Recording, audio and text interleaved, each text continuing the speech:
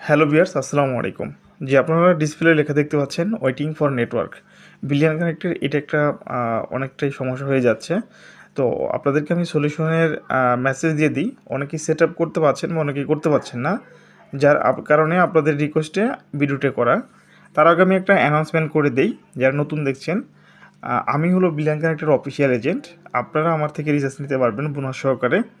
এখন 10% বোনাস চলছে, আর একটা স্পেশাল বোনাস চলছে 100 টাকায় 20 টাকা বোনাস। তো এরকম বোনাস আসে, আপনারা জেনে নেবেন আমার থেকে রিচার্জ নিতে চাইলে ইনবক্সে নক দিয়ে।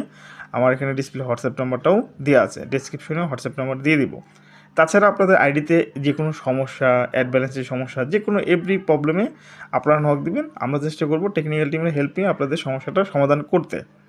ওকে বিয়ার্স, এখন আমরা চলে যাই যে ওয়েটিং ফর নেটওয়ার্ক আসলে আমরা কী করব। তখন এখানে আমি আপনাদেরকে এই মেসেজটা দিয়ে দিই।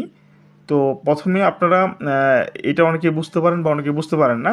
এখানে সুন্দরভাবে লেখা আছে, মোবাইল ডাটা ব্যবহারের সময় ওয়েটিং ফর নেটওয়ার্ক সমস্যাটি পেয়ে থাকলে নিম্নের নিয়ম অনুযায়ী সেট আপ করার চেষ্টা করুন। ফোনের সেটিংসে ঢুকবেন, মোবাইল নেটওয়ার্কে ঢুকবেন, সিম 1 বা 2 যেটাতে ডাটা চালাচ্ছেন সেখানে ঢুকবেন।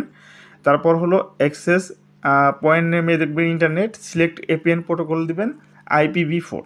আচ্ছা, আমি আপনাদেরকে প্র্যাকটিক্যাল দেখিয়ে দিচ্ছি।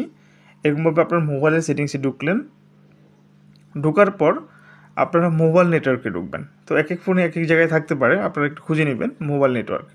তারপর আপনি সিম 1 বা 2 যেটা ডাটা ইউজ করছেন সেটার মধ্যে ক্লিক করবেন। আমি অন দিয়ে সিলেক্ট করছি, কারণ আমি অন দিয়ে ডাটা চালাচ্ছি তাই। আচ্ছা, এখানে আসার পর আপনারা দেখে নেবেন একটু আপনাদের মোবাইল বেদের ফাংশনটা একটু ভিন্ন থাকতে পারে। এইখানে কিন্তু লেখাগুলো সেম থাকবে। অ্যাক্সেস পয়েন্ট নেম লেখা আছে, এখানে ক্লিক করবেন। ক্লিক করার পর এখানে আমার একটা সেট করা আছে। ফার্স্ট টাইম আপনারা নিচে দেখেন রিসেট এবং নিউ এপিএন লেখা আছে।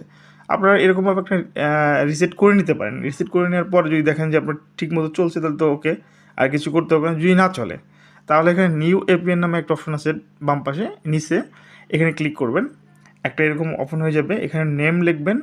আমি যেভাবে লিখছি ঠিক এভাবে লিখবেন, ইন্টারনেট। ঠিক আছে, ওকে দিবেন। এই এপিএনের এখানেও লিখবেন ইন্টারনেট,